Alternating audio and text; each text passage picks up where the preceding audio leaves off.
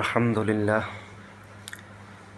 দীর্ঘ ১.৫ ঘন্টা পরিশ্রমের পর, কষ্টের পর রেডি হলো আমার রোগীদের কালোজিরা পড়া, মধু পড়া,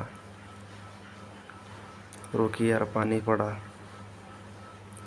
সাথে বড় বোতলে নিজের জন্যেও কিছু রুকিয়ার পানি রেডি করলাম, যেগুলো আমি সহ ফ্যামিলির অন্যরা খাবে, পান করবে, গোসলের কাজে ব্যবহার করবে।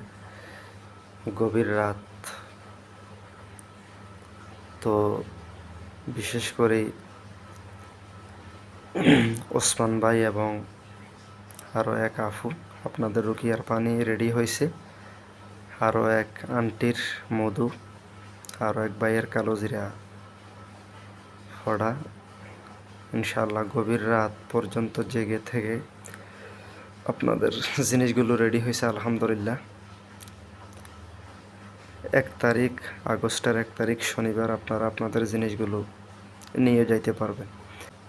রুকিয়ার পানি, মধু, কালোজিরা কিংবা ধূপ পড়া, যাই হোক না কেন, সব কিছু গুরুত্ব সহকারে নিরিবিলি সময়ে গভীর রাত প্রস্তুত করা হয়, রেডি করা হয়।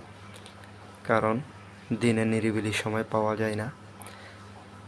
সন্তানদের কিচিরমিচির, মানুষের হইচই, টিভির আওয়াজ, কথাবার্তার আওয়াজ, এজন্য নিরিবিলি সময় রাত্রেই করা হয় এই সমস্ত কাজগুলো।